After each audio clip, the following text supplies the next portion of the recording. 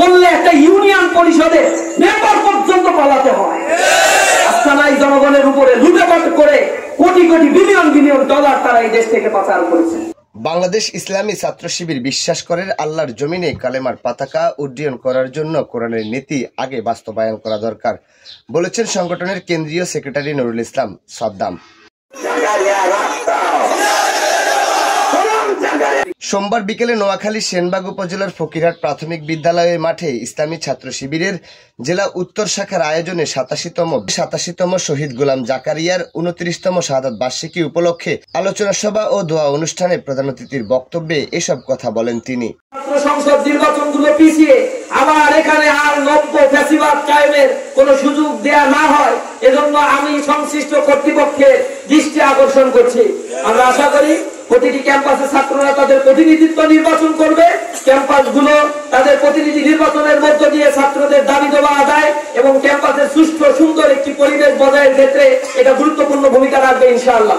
তিনি আরো বলেন, গত 15 বছর দেশে কি পরিমাণ লুটপাট দুর্নীতি হলে দেশের মসজিদের ইমাম থেকে ইউনিয়ন পরিষদের চেয়ারম্যান মেম্বার পর্যন্ত পালিয়ে যেতে হয়।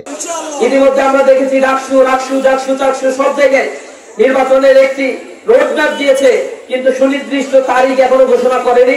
অতি দ্রুত ক্যাম্পাসের সুনির্দিষ্ট তারিখ ঘোষণা করার জন্য বিনীতভাবে প্রশাসনের কাছে আমরা আহ্বান জানাই, অনুরোধ জানাই।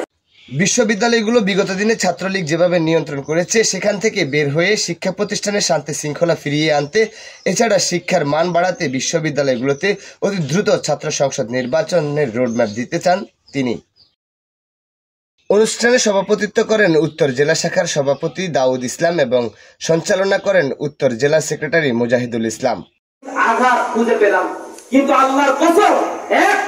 বিশেষ অতিথি হিসেবে উপস্থিত ছিলেন জামাতে ইসলামী নোয়াখালী জেলা নায়েবে আমির অধ্যক্ষ সৈয়দ আহমেদ, ছাত্র শিবিরের কেন্দ্রীয় স্কুল বিষয়ক সম্পাদক নোমান হোসেন নয়ন, সেনবাগ উপজেলা জামাতে আমির মাওলানা ইয়াসিন করিম।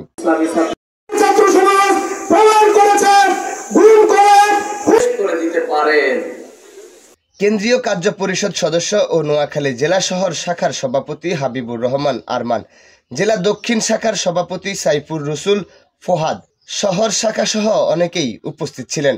কাজী মহিনুদ্দিন রবিন, গণমাধ্যম 24, নোয়াখালী।